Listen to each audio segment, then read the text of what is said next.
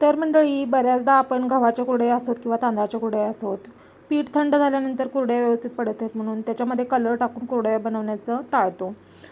पण आपल्याला वाटतं ना की छान अशा कलरफुल कुरडया बनवाव्यात. लग्नाच्या रुखवतासाठी सुद्धा ह्या कुरडया खूप छान वाटतात. आणि तुम्हाला सुद्धा हे कलर कसे द्यायचे हे बघायचं असेल तर हा व्हिडिओ नक्की पहा.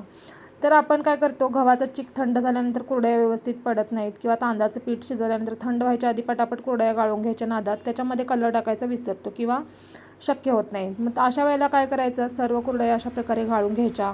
त्याच्यानंतर आपल्या आवडीचे कलर पाण्यामध्ये मिक्स करून घ्यायचे. कापसाचा एक बोळा घ्यायचा आणि हे कलर कुरड्यांवरती अशा प्रकारे लावून घ्यायचे. मी लाल, हिरवा आणि पिवळा रंग कुरड्यांवरती लावून घेतलेला आहे. चला तर मग पटकन तुम्हीसुद्धा ही ट्रिक नक्की वापरून पहा. आणि हो, ही ट्रिक जर आवडली असेल तर ट्रायसुद्धा करा. आणि हो, माझ्या चॅनलला लाईक करा, शेअर करा आणि सबस्क्राईब करायला सुद्धा विसरू नका. धन्यवाद.